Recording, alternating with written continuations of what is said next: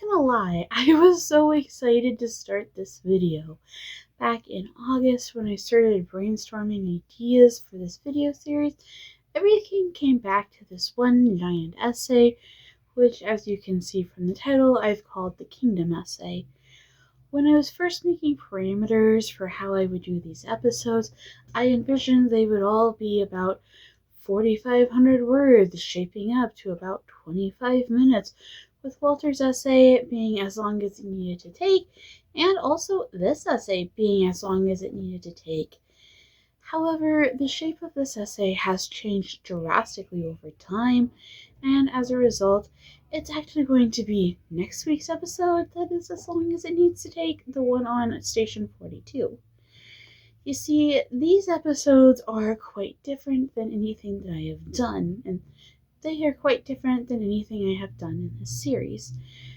You'll remember in my Revisiting the Worst Episode of Fire Country video that I used the metaphor of the Princess Trial to explain why a show about a firefighting family with an unusual amount of drama oftentimes looks way more complicated than just saving lives. You see, this wasn't an accident. I was always building to this essay, the essay about the kingdom of Edgewater, but before I can talk about the kingdom and its royal family, I need to talk about the literary concept that underlies this whole theory. Thus far in my Fire Country essay series, I've tried to stick firmly to the world of text, except for a few very specific examples in my All About Queer Coding Around Vince Leone essay. As a result, it's actually made it incredibly easy to edit these videos. When I'm talking about Luke hitting on Sharon, I can grab a clip from that scene. When I'm discussing how upset Vince is when Bodhi calls out his bullshit and where there's smoke, I can show Vince looking like a kicked puppy. But, for example, when I explained the Vince gay joke towards Manny, and that it wasn't just two guys comfortable in their sexuality ribbing each other, I had to show you the text so you could see how quickly Manny changes the topic. The key about text and subtext is that they don't always jive in meaning. The text says one thing and the implication says something else. It can be confusing to know which meaning is the correct meaning. People can see choosing subtext over text as reading too much into it, which is a problem that does exist, but if done correctly, subtext gives the authors another tool to communicate their story to the audience. Take the episode Bad Guy, which you guys know is my favorite episode. At the end of the episode, Bodhi says it's not Riley in the car when Vince is trying to jump in to save Sam.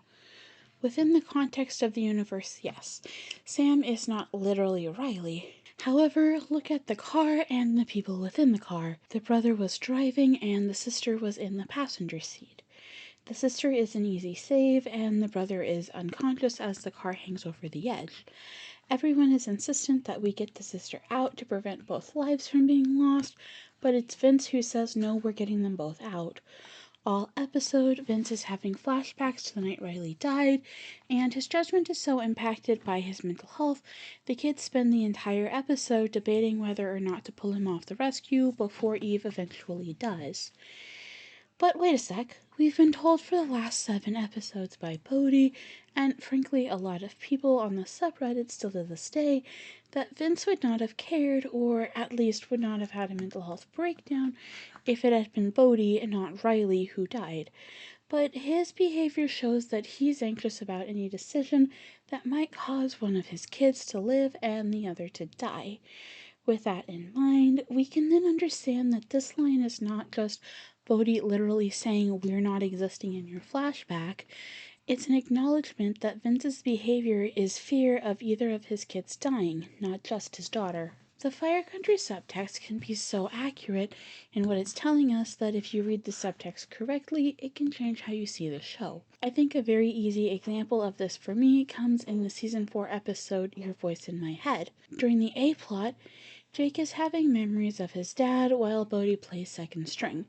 But during the B-plot, Sharon has Walter brought to her home from Red Cedar Memory Care Facility, where Luke presumably has placed him after Buena Vista burned down. Sharon has been refusing to speak to Walter since Vince died because, from her perspective, Walter dragged her away from Vince when he was dying. However, we find out that Walter already knew Vince was dead, and because Walter knows that Sharon had attempted suicide at least once in the past, he thought Sharon might choose to die if she knew that Vince was gone. This reminds me of a scene in season 1 wherein Vince was nervous about Sharon getting on her motorcycle after learning that Bodhi was still alive, as well as a scene in season 2 where Sharon street races on her motorcycle, gets in front of the car she was racing, and then swerves out of the way to avoid being hit. But I think this scene demonstrates why it's difficult to use subtext to predict the outcome of a story. I'm probably never going to stop talking about the Vince was murdered essay, because I worked pretty hard on it and then I had to take it down like 5 weeks later. However, I had left that episode feeling pretty confident that Sharon's arc this season was going to be about telling people what Walter did the night of the fire, but we found out that actually Walter did try to save his son. Vince had just already died. I still think the subtext of that scene is important, though, because without it, and frankly now that we have it, everyone would see Walter's side and ignore the reality that Sharon lived through something traumatic and did experience it as her husband being murdered by his abusive father. You see, unlike your standard procedural show, Fire Country's subtext is vitally important. It can help us compare what is being said by the characters versus what is being said by the people who write the show. An important point here is that I didn't come up with the metaphor of the kingdom specifically for my opening essay. Instead, it's a part of the text the show already gave us. We start with the kingdom metaphor in as early as Fresh Prince of Edgewater. In that episode, Charlie calls Bodhi Cal Fire royalty and the Fresh Prince of Edgewater. An episode later, Eve calls their turnout gear armor. We also know this language is intentional from the showrunner. In regards to the trouble Manny gets into during Who Owns the Dirt and later on the carpet, showrunner Tia Neapolitano specifically says that Manny learns heavy is the crown. Eve isn't the only one who frames the firefighters of Station 42 as Edgewater soldiers. I know firefighting is a paramilitary organization, and as a result, their uniforms are going to look paramilitary, but I just can't help but think how similar they are. Ignoring turnouts and Nomex, CAL FIRE has Class A uniforms, which consist of a dark suit jacket, white shirt, and ties for both genders. The Class B uniforms consist of a dark shirt, which Sharon and Luke wear all the time because they have non-frontline roles. And then we have our infamous CAL FIRE blues that are worn under anything, whether it be turnouts or Nomexes. Growing up in a military town and being part of JROTC, I can't help but notice the visual parallels. The Class A uniforms look exactly like Army Class A's, with some parallels between CAL FIRE's Class B's and Army Class B's. Also, those CAL FIRE blues look pretty similar to ACU's. Now that we've gotten through the subtext and the visual language of the show, we can get into the meat, the part where Edgewater just is a kingdom. What is a kingdom without a king? And luckily for us, for the first 3 seasons of the show, it makes it very clear that Vince is king. Before them it was Walter, and before Walter it was the first Vincent Leone. As of when I'm writing the script, it's Manny, though that might be changing if the promo photos from On the Carpet and The Life of a Firefighter are any indication. Even though on the show the highest ranking person is Sharon, or now I suppose Luke with his recent promotion, Vince is always the one who's treated as being in charge. On most incidents, Vince is the one giving orders, with Sharon either engaged in her own plotline or organizing resources back at the station. When she does join in on an incident, that's usually a sign things are going down. Vince listens to her, but when he isn't happy about her edicts, it often involves a lot of complaining. On the other hand, Vince generally has no difficulty getting people to listen to him, and any complaining is done when he isn't there. But Vince isn't battalion chief anymore. He died. In the interim, who would take the reins of battalion chief was a big debate in my family, with my dad wholeheartedly being behind Manny and me being Team Eve through and through. As Goodbye for Now ended, I was surprised that Luke didn't end up becoming battalion chief. Instead, he talked Cal Fire into appointing Brett as the temporary battalion chief. This did not surprise my mom, though. She said she didn't think Luke felt ready to take on the role of battalion chief, even as division chief and now assistant unit chief, where he is a higher role than Vince ever was. In Fresh Start, Luke tells Bodhi he's going to try to step into the void that Vince left, but he knows he won't be able to do the job that Vince did. Luke's insecurities about his place in his family's legacy are a key part of his character. It's still a little while until I get into Luke's Part 2 essay to break it all down, but you can see what I'm talking about in Mama Bear. In this scene, Vince is angry because Luke hit on Sharon, and while Luke's pain point is the family's uneven distribution of second chances, eventually he yells at his brother, "You get the family, you get the wife, you get the legacy chief job, and what do I get?"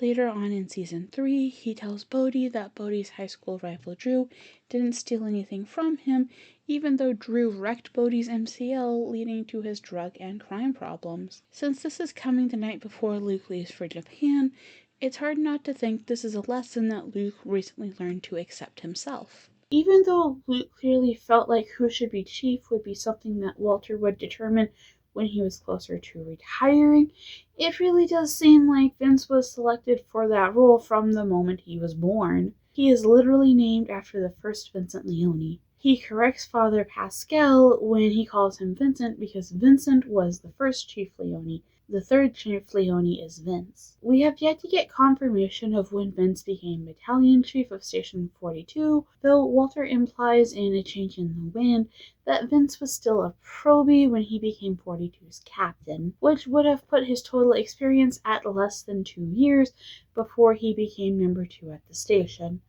He became battalion chief when Walter retired. There are various comments throughout the show that would put this as early as 2001 or as late as 2011. Moving on to who would be the fourth Chief Leone, we know almost nothing about Riley, see my essay on her, so we don't really know if there was a competition growing up or if it was always thought that Bodhi would be the next Chief Leone. However, we do know that in Where There's Smoke, Vince says to Bodhi, "Your fourth generation Cal Fire legacy. It should be you, with me at 42. You should be my right-hand guy." When Riley died and Bodhi was exiled, it was Jake who became Vince's right hand, not Eve. In Season 2, when the kids are promoted, Jake becomes 42's captain and Eve becomes captain of Three Rock.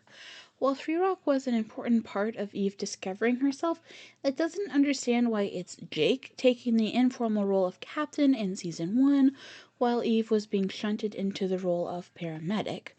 So even though there's no real reason for Vince to prefer Jake over Eve, that's still clearly who he slots into that role. And when we get around to Season 4, Eve just doesn't even try to take the crown for herself. She helps Jake study, using Vince's old firefighting manuals instead of studying them herself. She also reminds Jake that the community needs more than one type of leader.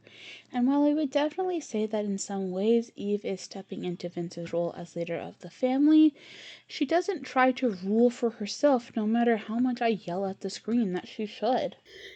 Now, in any good kingdom, there are subjects, though I wouldn't say the people of Edgewater are subjects so much as citizens, and they are ones with very loud opinions on the royal family. I mean, just look at the smoky scene in Fresh Prince of Edgewater. Sharon has just spent the night at the hotel because she's angry at Vince for sending Bodhi away, and now she's having breakfast by herself at the bar. On the other side of the bar, but where Sharon can still hear, sits Bridget and her gal pals. They proceed to gossip about the fact that Bodhi has returned from prison, and you can see when Sharon turns around, she's not hurt that her neighbors are gossiping about her. She obviously understands very well that people think that they're entitled to have opinions about her life. What's crazy to me, though, is that surely they know she's right there. I mean, they can see her, and they just don't care. They do care when Vince comes in, though, because the gossip basically dies away. Another good example of how this community feels about Sharon Leone comes in the episode Mama Bear. That's the episode where Sharon is finally doing well enough to be approved for a kidney transplant and has a large fundraiser to get people to test to become kidney donors. Some sort of donation organization has been set up to run the testing, and Vince and Luke's band, Fire to Burn, provides music. While everyone is willing to eat the food, listen to the free concert, and get their blood drawn, the number of people actually willing to donate is Bodhi. Lots of people end up getting tested, but you have to admit it's pretty suspicious that the only people who end up being a match are Bodhi and Luke, who she isn't getting along with by the time the test results are in. We also have Jake, who donates reluctantly. I'm just saying, the chances that everybody else in Edgewater is the wrong blood type to donate to Sharon, except 3 people in her inner circle, seems pretty unlikely. But that's not the only anomaly. I mean, no one seems to care that Odin is threatening Sharon. When Odin causes a scene, there is indeed a scene, but Odin is literally allowed to just walk up to Three Rock, slash hoses, and lure Bodhi out without any consideration that Sharon's son might be a target. If you look at the season 2 episode Alert the Sheriff, when Fred is murdered, vigilantes go door to door searching people's backyards. Hell, when Brandon is murdered in the Sheriff Country pilot, the entire community begins harassing Skye. This is a vigilante community, just not towards Sharon. This doesn't seem to be a we hate the Leones thing as much as it is a we do not care about Sharon thing. In the episode of Fair to Remember, Jake and some members of Station 42 host a write-in campaign to make Vince the Grand Marshal of the Winter Parade, and they win. People take photos with Vince. That difference in how Vince and Sharon are treated is not just a season 1 thing. We get a really good look at this dynamic in season 4. At Vince's funeral, we see a massive procession, a wall of hand-drawn art, and this adorable little kid saluting badly. Even 8 weeks after Vince's funeral, people are still decorating the flagpole and leaving candles burning outside the station. Meanwhile, when Sharon donates bags of Vince's things, no one thinks, God, is she okay? Today's his birthday. They just take his things out to the donation center and some guy buys Vince's leather jacket, which she never meant to donate, and which this guy isn't at all concerned that she wanted to hug him one more time. My big point here being that while Luke says that Vince and Sharon are Edgewater's favorite couple, it doesn't feel that way in regards to Sharon. I mean, sure, she gets this big newspaper spread, but we get her official portrait, while Bodhi gets a photo of him princess carrying Gabriella at the end of No Good Deed. I mean, just take a look at this. Here is the centerpiece story the Mountain Tribune did for Polly and Dolly's fundraiser at Smokey's after they were injured in Odin's attempted murder of Sharon. These are not 2 equally beloved couples. But I don't think this is a problem of just people in the community not loving Sharon. Instead, when you consider how Sharon is treated by the story as a whole and compare it to how Vince is treated, it really does seem like within the community people have a problem with Sharon, not the institution of Vince and Sharon. I mean, for being the matriarch, the one who keeps the Leone family together, we know nothing about her outside of being a Leone. In season 1, the mentions of her family add up to Vince asking if she stayed the night with an unknown sister during their fight. A few episodes later, she mentions playing Wordle with her brother, and in False Promises, she talks about her dad's death. We heard absolutely nothing about her mom until the season 2 episode Alert the Sheriff, when we found out Sharon's mom was married to Mickey's dad. We don't get a name until 2 seasons later when Sharon talks to Walter about Ruby blackmailing Vince. Also, as of February 19th, we don't even know Sharon's maiden name. Non-family details about Sharon are even more sparse. In season 3, we learn that she attended Eel River High School and that her nickname from her stepfather was Firecracker. We've gotten more Sharon lore in the 9 episodes of Sheriff Country than we did in the first 52 episodes of Fire Country. Compare that to the Leone family. We have a pretty good idea of how abusive Walter was when the boys were growing up. We know they lived in a two-parent household, but that the mom got a divorce when Luke became an adult. We know that their grandfather was the first Chief Leone in the line. If this were any other series, like let's say the Warrior Cats book series, I might otherwise say this was some unintentional misogyny seeping through into the writing. However, that's clearly not the case.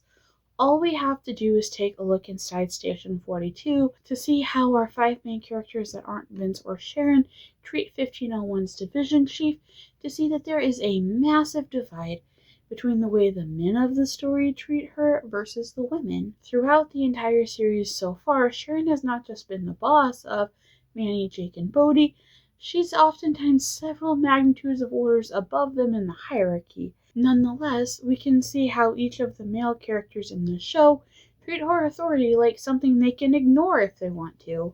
From the very beginning of the series, Manny essentially treats Sharon like someone who will do his bidding, even when he's never once been her boss. In Work Don't Worry, he gets her to haze Gabriella. When we get around to season 3, Manny openly asks her to break up Bodhi and Gabriella, something she clearly wants to stay out of. Later in the season, when she rescues him, he isn't happy that he didn't die or get sent back to prison. He complains that escaping and requiring multiple layers of being saved meant he only gets one more strike before he goes to prison. It hasn't gotten any better since Manny became battalion chief. When Manny takes the reins in his first episode, he's angry that Sharon tells him what to do, even directly disobeying her order, which could have gotten him suspended or fired. He hasn't been on another fire with Sharon since, though in Who Owns the Dirt, she does show up to yell at him for breaking protocol when he does his insane fire science stuff. Matt's inside line has assured me that Sharon will be making fun of Luke's attempts to hold him responsible for whatever he did in Drake County. When you look at the examples with Jake, one glaring one comes out in my mind, and it's the season 3 episode Fire and Ice.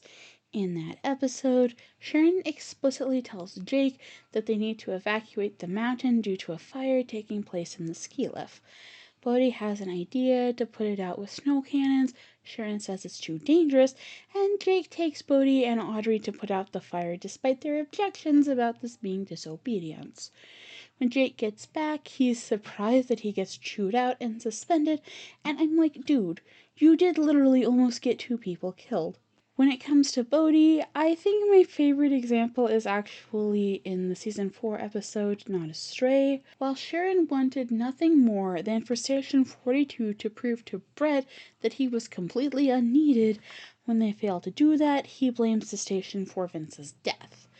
Bodhi demands that Sharon fire Brett, and is so upset when Sharon refuses that he very nearly goes back on drugs. While these examples are primarily contained within seasons 3 and 4, I think they make something quite clear. Sharon may be the boss in all of these examples, but the men, whether they are Bodhi, who is a proie, or Manny as battalion chief, seem to think that they can just walk all over Sharon. I'm not saying it's because Sharon is a woman, but it's very interesting that I feel like if they were going to do something similar with Vince, they wouldn't be so bold about it. Now let's contrast that with how Sharon is treated by the female members of our cast, specifically Gabriella and Eve. Gabriella and Sharon have definitely had their issues over the years, including her yelling at Sharon for invading the Airstream when Gabriella was living there. However, when Gabriella was a new probie, she was eager to impress Sharon, but quick to call out her sexism. In the season 4 opener, when she was in charge of taking care of Bodhi while Manny cared for Sharon, the two exchanged information on how the family member they were caring for was coping with Vince's death. On the Eve side, before season 4, I often felt frustrated with how little Sharon and Eve interacted. Sharon invites Eve over for dinner in Watch Your Step when she and Vince were trying to stage an intervention. Eve becomes Sharon's right hand in the Exalta arc, eventually being sent out to Sacramento to organize the DOC side of the cleanup. Eve is also the one who forces Bodhi and Jake to get along in season 1 because Sharon was dying. I suppose the closest that any female cast member ever gets to disrespecting Sharon is Audrey when she suggests that Sharon might be in perimenopause. But I think that this is really supposed to be more of an indication of Sharon's feelings towards being in perimenopause than actual disrespect towards Audrey. Audrey simply recognized what it looked like when her prison mom's Lynette was going through menopause and passed that knowledge on to Sharon, who has been previously shown to be sensitive when her gender is mentioned in the context of her role as a firefighter. Actually, there's so much more stuff that I want to talk about when it comes to Sharon in regards to Station 42, and I think that it's about time to start transitioning into our next video essay. Because you see, while kids' fairy tales talk about kingdoms in terms of knights and pretty dresses and amazing closets that Anne Hathaway gets to walk into as Julie Andrews follows in behind her, those of us who are adults and have seen kingdom media know that it's a lot about the politics and what goes on inside the station. It involves interfacing with other kingdoms and defending the kingdom against enemies foreign and domestic. So in our next essay, my essay on Station 42, we're going to talk about the political mechanisms of how this place actually works.